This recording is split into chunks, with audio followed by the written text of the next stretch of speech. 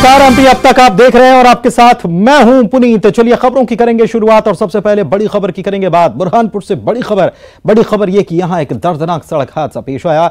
इसमें 5 लोगों की जान चली गई। बताया यह जा रहा है कि गन्ने से भरा हुआ एक ट्रक था, गन्ना इसमें लदा हुआ था और इसने पिकअप वाहन को टक्कर मार दी, जिसकी वजह से यह दर्दनाक हादसा पेश आया। 5 लोगों की इसमें दुर्घटना में मौत हुई है तो 5 लोग घायल भी बताए जा रहे हैं। ये डेढ़ तलाई गांव के पास ये हादसा पेश आया है। तो बड़ी खबर बुरहानपुर से आपको बता दें, सबसे पहले 5 लोगों की मौत हो गई। दर्दनाक सड़क हादसे में पिकअप वाहन को टक्कर मार दी। गन्ने से लदा हुआ ट्रक था और उसने पिकअप वाहन को टक्कर मारी और कितनी भीषण दुर्घटना थी, इस तस्वीर को देखकर भी आप अंदाजा लगा पाएंगे। यही वो ट्रक है जो आपने अभी देखा और यही वो पिकअप वाहन है। 5 लोगों की मौत हो गई और 5 लोग इसमें जख्मी हुए हैं। पिकअप वाहन की स्थिति, हालत जो है उसको देखकर आप अंदाजा लगा पाएंगे कि दुर्घटना कितनी भीषण रही होगी।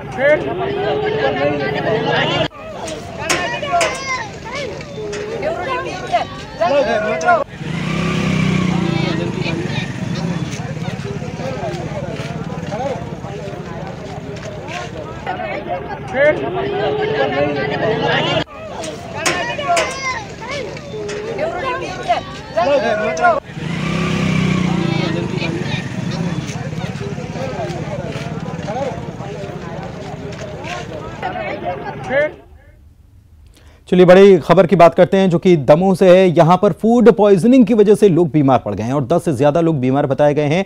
फूड पॉइजनिंग की शिकायत हुई है, सभी का अस्पताल में इलाज चल रहा है। दूषित भोजन करने की वजह से इनकी तबीयत बिगड़ी। सब्जी खाने के बाद लोगों की तबीयत अचानक से बिगड़ गई। कल बाजार से इन्होंने सब्जी खरीदी थी। हटा थाना इलाके के ये भाटिया गांव की घटना बताई जा रही है। सभी को इलाज के लिए भर्ती करा दिया गया अस्पताल में। इन सभी का इलाज चल रहा है। बड़ी खबर दमोह से बता रहे हैं।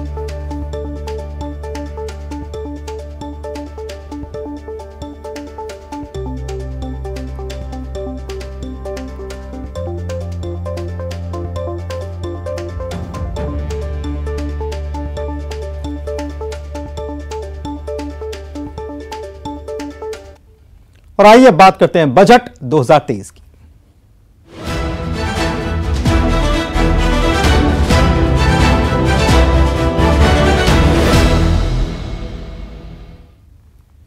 जी हां, तो इंतजार खत्म हो गया और अब इस बजट का अपने अपने तरीके से लोग रिव्यू कर रहे हैं। जानकार जो हैं वो बता रहे हैं कि क्या कुछ मिला है, कितना मिला है, कितने की उम्मीद थी, क्या उम्मीद पूरी हुई या नहीं हुई, ये सारी बातें चल रही हैं। लेकिन आज वित्त मंत्री निर्मला सीतारमण संसद में आम बजट पेश करती हुई नजर आई। सुबह वित्त मंत्री ने कहा कि यह अमृतकाल का पहला बजट है और भारत की अर्थव्यवस्था सही रास्ते पर है। संसद में वित्त मंत्री निर्मला सीतारमण ने देश का बजट पेश किया और कई ऐलान किए। 8 साल के बाद आखिरकार इनकम टैक्स छूट की सीमा बढ़ी है। वित्त मंत्री निर्मला सीतारमण ने कहा कि नए टैक्स सिस्टम के तहत 7 लाख तक की आय पर अब कोई टैक्स नहीं लगेगा। 1 घंटा 27 मिनट की स्पीच में सीतारमण ने गरीबों के लिए बड़ा ऐलान किया। उन्होंने कहा कि गरीबों को मुफ्त अनाज की स्कीम 1 साल और चलेगी। 50 नए एयरपोर्ट्स और हेलीपैड भी बनाए जाएंगे।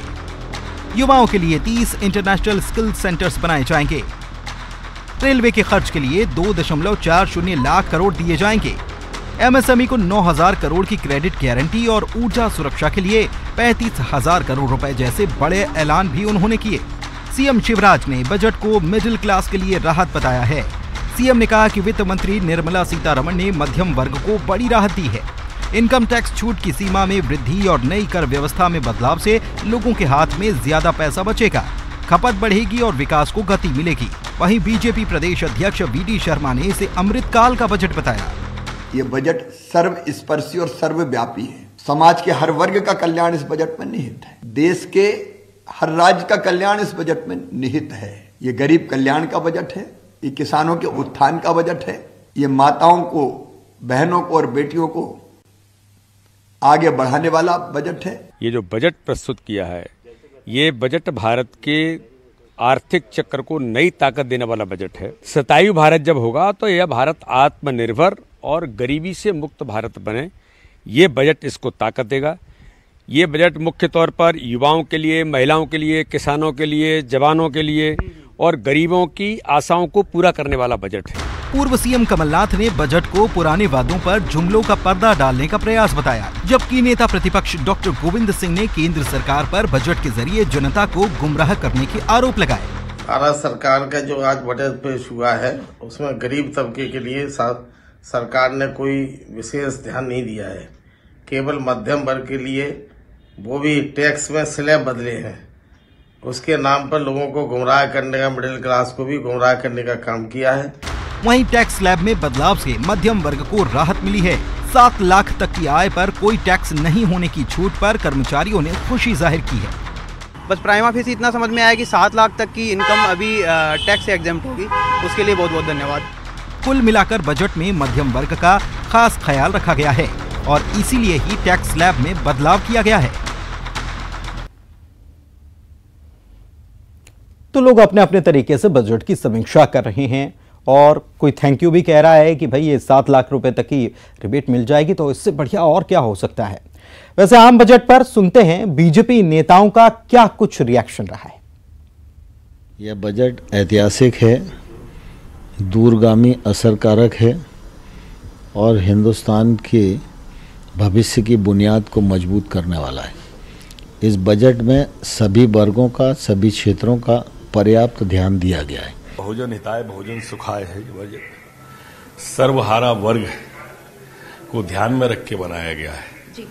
जहाँ तक आपका सवाल है तो इसमें गांव गरीब किसान की, झुग्गी झोंपड़ी के इंसान की और महिलाओं के सम्मान की, सबका ध्यान इस बजट में रखा है। ये अमृत काल चल रहा है, आजादी के 75 वर्ष पूरे हुए हैं और इसलिए मोदी जी ने जो मंथन किया है, जैसे समुद्र मंथन में अमृत निकला था, उसी प्रकार 8 साल के मंथन के बाद जो मेहनत की उसके कारण ये अमृत काल में ये जो बजट है इससे अमृत निकल रहा है। तो मैं इसको कहूंगा कि अमृत बजट है। 5000 नए उद्योग हम 2023 में उनकी भूमि पूजन करने वाले हैं और ये 5000 उद्योग मतलब भूमि पूजन करेंगे और 50 जिलों में स्प्रेड होंगे। केवल हम एक जिले को फोकस नहीं कर रहे हैं क्योंकि हमारा बहुत सीधा सोच है कि एमएसएमई हमेशा स्प्रेड कर। सीएम शिवराज सिंह चौहान ने एक बार फिर से पूर्व सीएम कमलनाथ से सवाल किया है। इस बार सीएम ने नवीन फसल बीमा को लेकर 5वां सवाल उन पर दागा है।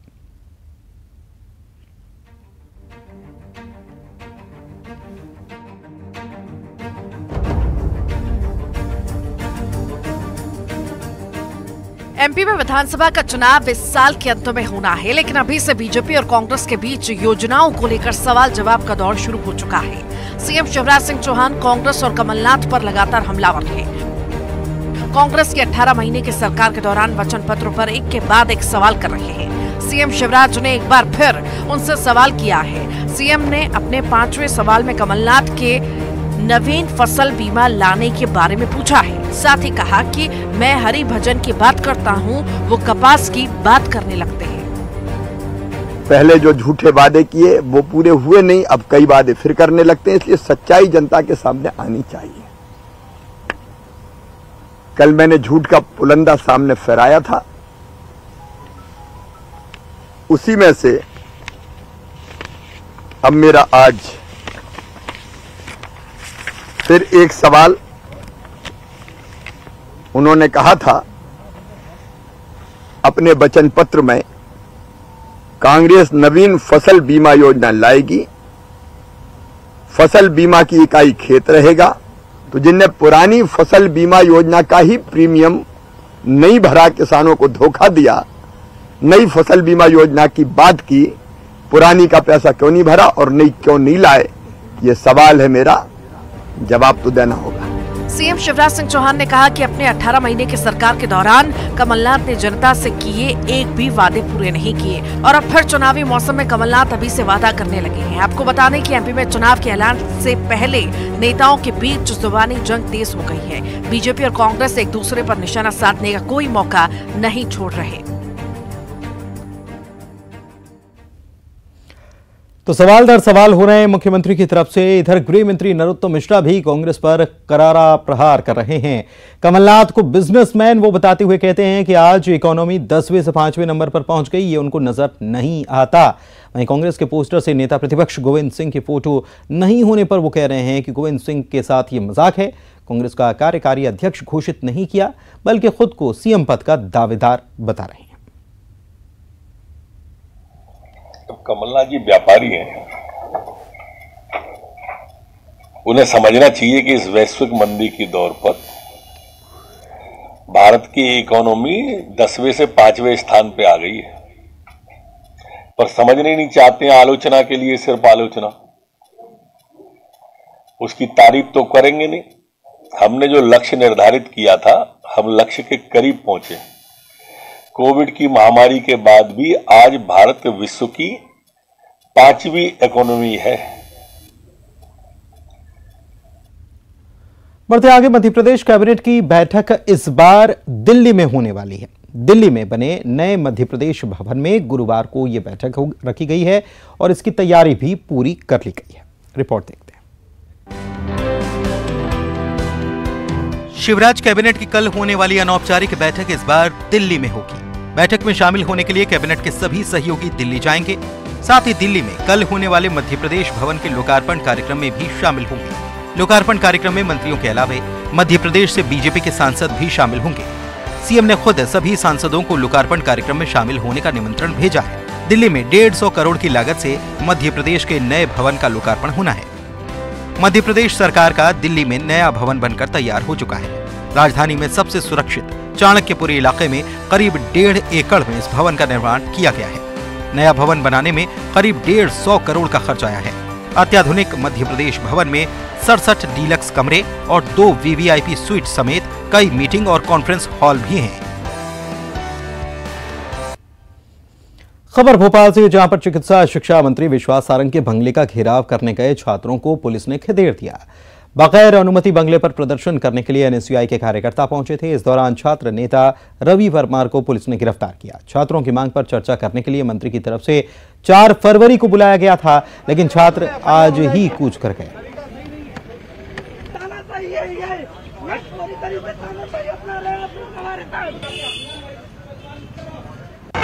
इसमें जैसी सूचना मिली पुलिस यहाँ उपस्थित हुई और जो इनके नारेबाजी चल रही थी उसे तुरंत खत्म करवाया गया और इनको समझाइश दी गई है कि जो अपनी मांगे विधिवत तरीके से रखे। इलीगल रूप से प्रदर्शन करना कानून का उल्लंघन है, कानून का पालन करे और कानून का पालन करवाने के लिए उनको हिदायत दी गई है। मंत्री स्टाफ ने कुछ बोला है मिलने के लिए 4 तारीख का समय, उनके इस पक्ष उनके तरफ से ये समय दिया गया है और बच्चों को भी बता दिया गया है कि 4 तारीख का जो समय है आप प्रॉपर तरीके से अनुमति प्राप्त करके आए और स्टाफ के सामने अपनी बातें रखें। देवास में नर्मदा के पानी को लेकर कन्नौत खातेगांव क्षेत्र और देवास के आसपास के किसान आंदोलन कर रहे हैं। आंदोलन में यूथ कांग्रेस के राष्ट्रीय महासचिव मनीष चौधरी के नेतृत्व में यूथ कांग्रेस कार्यकर्ता शामिल हो गए और देवास रेलवे स्टेशन पर हंगामा किया। ये सभी रेल रोकना चाहते थे। इस दौरान भारी पुलिस बल की तैनाती थी। कांग्रेस कार्यकर्ताओं और किसानों को उन्होंने रोका। हालांकि इस दौरान पुलिस से उनकी झड़प हुई। बहरहाल पुलिस बल ने सभी को रेलवे स्टेशन से बाहर कर दिया। आने की वजह क्या है? कन्नौत खातेगांव विधानसभा क्षेत्र के 90 गांव दिया तले अंधेरा की स्थिति हो रही है। वहां से पाइपलाइन जा रही है, लेकिन पानी किसानों को नहीं मिल पा रहा है। उसको लेके आज हम ट्रेन रोकने के लिए आए हैं और इससे बताना चाहते हैं सरकार को कि जब किसान शांतिपूर्वक बैठता है आप बात करने नहीं आते। और आइए अब बात करते हैं खेलो इंडिया की।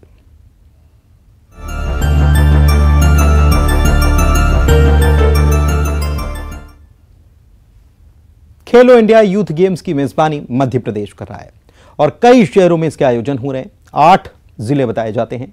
इधर उज्जैन में खेलो इंडिया की शुरुआत 1 फरवरी से हो चुकी है, जहां पर योगासन और मलखंब के खेलों का भी आयोजन हो रहा है। खेलो इंडिया गेम में 18 साल से कम उम्र के 500 से अधिक 27 राज्यों से आए बच्चे हिस्सा ले रहे हैं, जहां आज से 3 दिनों तक योगासन कार्यक्रम का आयोजन किया गया है। इसमें 19 राज्यों के 128 बच्चे शामिल हुए हैं। खेलो इंडिया गेम में आए गोवा के खेल मंत्री गोविंद गावड़े ने कहा कि प्रधानमंत्री की पहल खेलो इंडिया और फिट इंडिया से युवा पीढ़ी प्रेरित हो रही है। मध्य प्रदेश सरकार खेलों को बढ़ावा देने वाले अग्रणी राज्यों में शामिल है।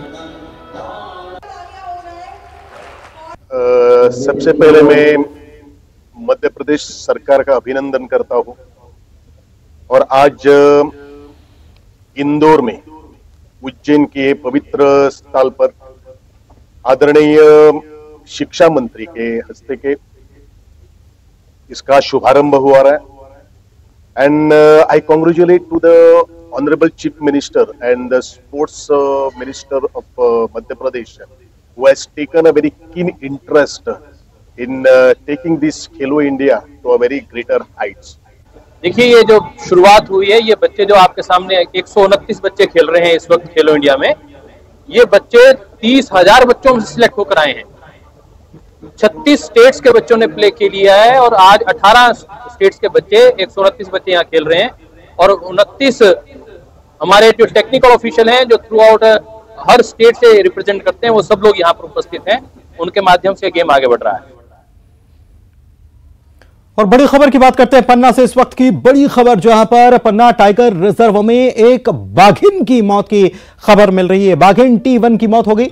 बाघों का कुनबा बढ़ाने वाली बाघिन की मौत अपने आप में बड़ी खबर भी है और एक झटका भी है। मनोर गांव के पास बाघिन का कंकाल मिला है। नेशनल हाईवे 39 से लगे जंगल क्षेत्र के पास ये गांव बताया जाता है और बाघिन T1 जो है इसे mother of Panna tiger reserve के नाम से भी जाना जाता है। तो एक बड़ा झटका, बाघिन की मौत जिसने कुंडा बढ़ाने का काम किया पन्ना टाइगर रिजर्व में और उसकी मौत हुई है और कंकाल उसका यहां से बरामद किया गया है। टाइगर्स T1 जो है बांधवगढ़ नेशनल पार्क से पन्ना में लाई गई थी। जब पन्ना बाघ विहीन हो गया था तब बाघों की पुनर्स्थापना का जो कार्यक्रम चला उसमें जो है T1 को यहाँ पर लाया गया और यह टाइगर मार्च 2009 में यहाँ पर आई थी और ये करीब करीब यहाँ और अब उमरिया के बांधवगढ़ टाइगर रिजर्व की बात कर लेते हैं, जहां से कुछ दिलचस्प तस्वीरें आई हैं। आपको हम दिखाते हैं कि बाघ बाघिन की लड़ाई की तस्वीर यहां पर कैद हुई है। ऐसे हालांकि असल में ये ऐसा है नहीं, ये तो बाघ और बाघिन के बीच प्यार भरी तकरार बताई जाती है। बताइए, टाइगर्स जब प्यार भरी तकरार भी करते हैं तो कितनी खतरनाक होती है। दूर से देखने में ये संघर्ष भले ही लग रहा है, लेकिन वन्य जीवों के जानकार बता रहे हैं कि जब बाघ मेटिंग के लिए बाघिन के नजदीक जाता है तो ऐसा ही रिएक्शन होता है। टाइगर सफारी पर गए पर्यटकों की नजर जैसे ही इस नज़ारे पर पड़ी तो पहले वो सहम गए, लेकिन जैसे ही समझ में आया कि ये तो दोनों की मस्ती भरा खेल है तो उन्होंने भी खूबसूरत नज़ारे का लुत्फ उठाया, वीडियो बनाया। वीडियो पार्क के मगधी जोन का है।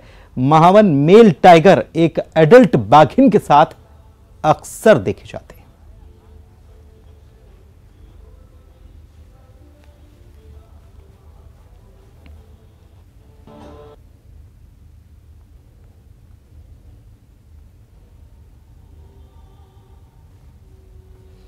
और आइए अब नजर डालते हैं 25 सेकंड में खबर पर।